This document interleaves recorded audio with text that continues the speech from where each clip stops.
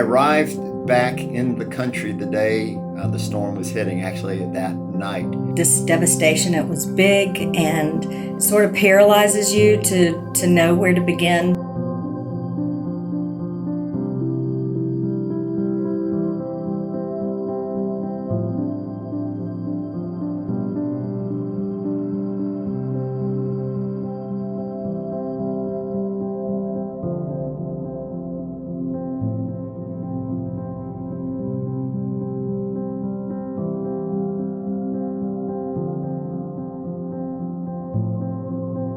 One of the things I think that I was really grateful for in kind of the role that I got to play, immediately following the hurricane, and even that first Sunday that we met together and had the opportunity to come together and have worship. It was beautiful to get to hug necks and to see people maybe that we had concern over. But then to gather together immediately following worship and just begin to ask the question, Lord, how do you want to use us as a church?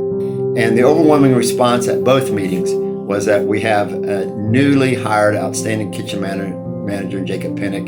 We have a wonderful facility, so let's feed people. And so Jacob, along with Brian Hass and others, organized kitchen crews to cook breakfast for 2 solid weeks to help people who were having a hard time finding food.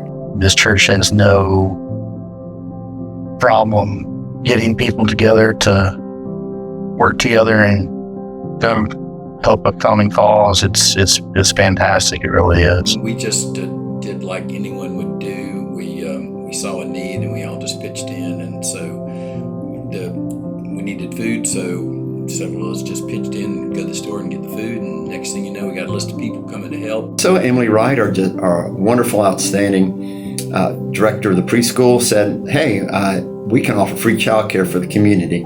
So that's what she and others did, and lots of volunteers helped both in the kitchen and with the childcare. After the heavy rains and the hurricane, I was asked to coordinate relief efforts by matching up volunteers willing to go out and help folks that were affected by the wind and the water. I learned how wonderful the folks in this church are, and how many wonderful people there are from other parts of this state, and even several other states could be.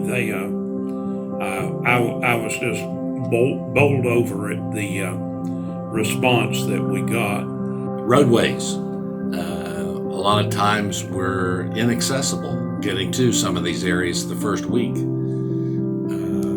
Successes were that we had lots of volunteers. Our church is in it for the long haul. We are constantly out there delivering heating items, taking calls, helping with pet rescue, building fences, clearing. I mean, our church family is not going to stop until it's over. Just the ways that I'm continuing to see God move and make something beautiful out of something that's very devastating. And I just continue to pray and be concerned for those who experience such loss.